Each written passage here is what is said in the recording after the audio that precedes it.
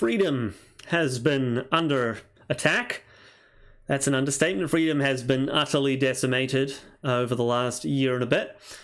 It's not just because of the lockdowns that were instituted insofar as they actually affect our freedom, which has been devastating, but it's beyond that. It's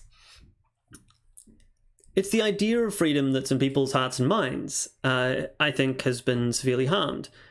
I think that there used to be a stronger sentiment that there was some inherent value in freedom, right? People were willing to fight wars, risk life and limb in order to attain freedom. That appears to no longer be the case. That's revealed, I think, in the infamous you just want to go out and get a haircut argument that lockdowners give. If you haven't heard that, lucky you, but it's become a trope that if someone is in favor of lockdowns, they will justify it by saying, grandma's safety is more important than you going out and getting a haircut. So your freedom to go out and get a haircut is just selfish.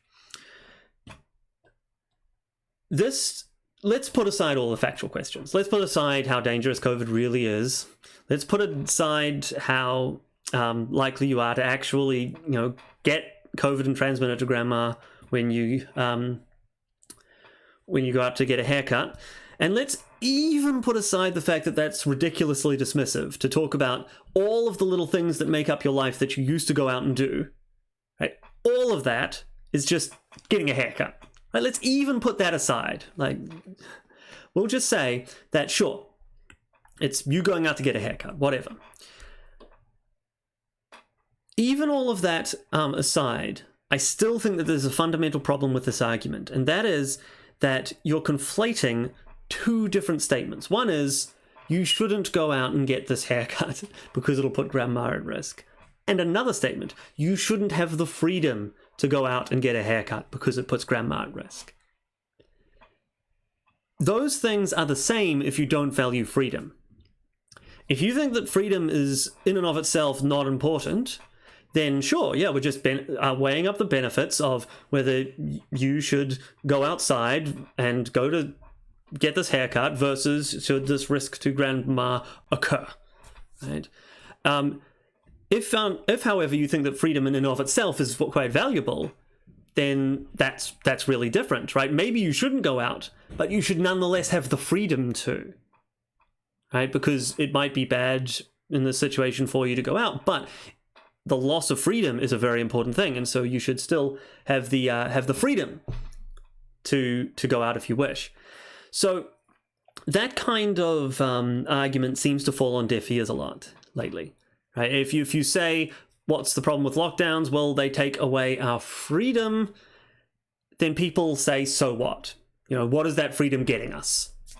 As though freedom in and of itself were not a positive. So what I want to do today is give 5 reasons, just 5. I'll do another video later doing another 5, but for the moment, just 5.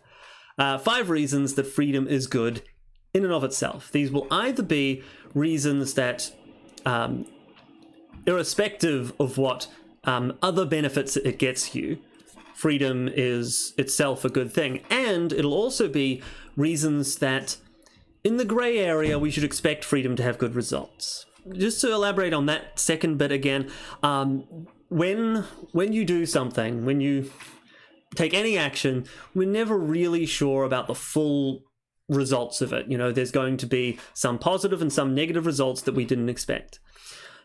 Some of the reasons that I give will also be reasons that those unsure outcomes, that uncertainty, is likely to be more good stuff if we allow freedom than if we have other people forcing you to make your decisions. That comes to basically what we mean by freedom, by the way, which I should get into just before I give these 5 reasons. So I'm just talking about it really broadly. Freedom is just you choosing what you want to do with yourself and your property rather than someone else choosing and forcing it upon you. So without further ado, let's take a look at these. So here's my 5 reasons. I'm going to leave them up so that you can keep track of them if you want to. You can pause and read them and then hear me talk about them if you want. But we're just going to start from the top and we're going to explain what each of these means. So, number 1. People are more willing to make good decisions for themselves than others. So imagine a person who clothes you when you are naked, washes you when you're dirty, feeds you when you're sick, and amuses you when you're bored. Just constantly, 24/7, or all the time you're awake. That person would be absurdly altruistic towards you. No one is that altruistic towards you. Not even your parents when you're a baby are that altruistic towards you. They take more of a break than that hypothetical person. But that hypothetical person does exist, and it's you, right? You do all of those things for yourself. So as a general rule, what that is evidence of is that people are generally willing to help themselves more than others. Why does this mean that freedom's good? Well, if we just want the maximum benefit, right, we're just going to take all ethics out of it beyond utilitarianism, and we just want to maximize utility in a really simple way, then freedom is going to result in people making decisions for themselves. And since people are more altruistic towards themselves than other people, it's better to make decisions towards themselves than other people. Remember, the lack of freedom is going to be other people making decisions for them, right? People who are less willing to make decisions that are in that person's favor. So freedom is good because you are more willing to make decisions in your own favor than in other people's favor. So, number 2, other people have better information on their preferences. People have better information on their own preferences than other people. This one is pretty similar, but there's an important difference. So it's not just that you're more willing to benefit yourself. You're actually more able to in that sense because you have better information. Your preferences change moment to moment. What you want will sometimes not be known to you until you're really just in the moment where you get to choose. Right? You might not know what you want to eat until you go to the restaurant and look at the menu. So just in general, people's preferences is something that is going to be known. Forget about their willingness to fulfill those preferences. It's only going to be known by themselves in the moment when they're ready to exercise their freedom. If you take away that freedom, someone else who doesn't have that information will be making those decisions for them. Okay. Number 3. If you know you will control your future decisions, you are more able to make good present decisions. This is quite an important one, but it's a bit subtle. If you want to reduce freedom, you can have someone else making decisions for people. In that situation, someone is never going to be completely controlled 24/7. Sometimes they'll be making their own decisions. And in those situations, when they're making their own decisions, the fact that they know they won't be able to make a future decisions means they won't be able to make a good decision now that relies on the future decisions. For example, they wouldn't be able to invest a lot of time making something they want to use in the future if they don't know whether they're going to be able to use that thing in the future. Right, so they may prefer to spend that time to make something to use in the future rather than just using what they've already got. But if they don't know what freedom they're going to have soon, right? They don't know if they're going to be able to make that decision in the future. Then they'll make a less time sensitive, a higher time preference decision is what we want to say, right? They care more about getting the gratification now when they know they can actually take advantage of it. So lack of freedom results in worse decisions now because you may not have the ability to make decisions later. Next, freedom is the perfect Schelling point. So a Schelling point is just like a point that seems significant to people. The classic example of a Schelling point is you got 2 people in separate rooms and you ask them both to think of a number and say, but before you tell us what that number is, if you get the same number as the person in the other room, then you both get $1 million. What number do you pick? And the answer is, it's hard, but it's not arbitrary, right? You're not going to pick 37. Right? You're probably going to go, well, what the other person's in the room, he wants to get the $1 million too. What's sort of like a point that seems important that we are likely to be able to agree on? And maybe you'd say, well, it's between 1 and 100, so 50's in the middle. Or maybe you'd say, well, it's 100, or it's 1, or something like that. And so you're not going to get perfect, but you'll have a better chance than 1 and 100 of both agreeing on the number.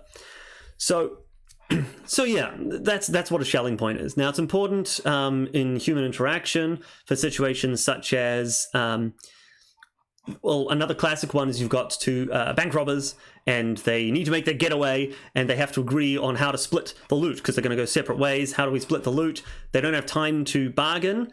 And if they don't come to an agreement now, then the cops will be there and they're going to get caught. How do they quickly agree? Right, 50-50. That's the way you quickly agree. Now, that's because that point, that 50-50, seems significant. And because it seems significant to people, it's the starting point for bargaining, right? So that's the use of a Schelling point. It's that it's a starting point for bargaining.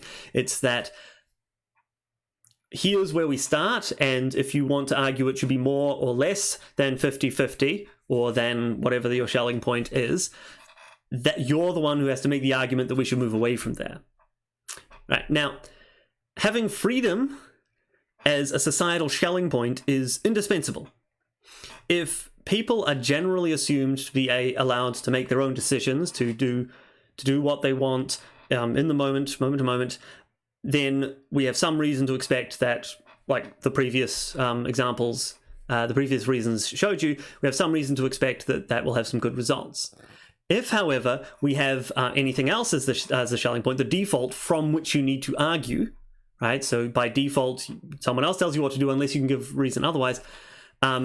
We have less of a reason to think that that's going to result in something good. So once you realize that that's a Schelling point, then even when you think that in this instance it's important to that the results of freedom are going to be worse than the results of authoritarianism, still nonetheless, in general, we would expect freedom to be better. And so do we really want to break that Schelling point, right? So do we really want to say, well, this is an exception? Because what if this is an exception, what else can be an exception? Are we going to just destroy that Schelling point of freedom by violating it in this case? So that's an additional cost associated with violating freedom. Now, the fifth one is your deeds are more meaningful if they are freely chosen. This one is very important. If you give some money to someone who really needs it, right? Someone who's in dire straits and by no fault of their own, and you're just very charitable, you give them some money, you probably feel good about yourself. Now, imagine you were forced to do that. You didn't do it of your own free will. Probably don't. Or imagine that you made a series of decisions which resulted in some great achievement, right? Now, say you were forced to make those decisions. They weren't your decisions. So when you take action, if it's freely chosen, then that's meaningful. That's something you did, right? If the more of the world that is controlled by someone else just forcing their will upon you, the less what you do matters, the less meaningful your life is. So your deeds are more meaningful could just as well be your life is more meaningful if it is free. So those are 5 reasons. I'm gonna do 5 more in another video coming out soon, but just sit on those 5. Just think about it, and next time someone tells you that, why should we allow people freedom in this specific instance, just you can have a bunch of reasons that's not the relevant question, right? The relevant question isn't, can we give some good reasons that you should be free? The relevant question is, can we give some overwhelmingly strong reasons that defeat all of these general reasons that freedom is good? Because in general it is. And I'll be giving you 5 more reasons why soon. Okay, here is patrons.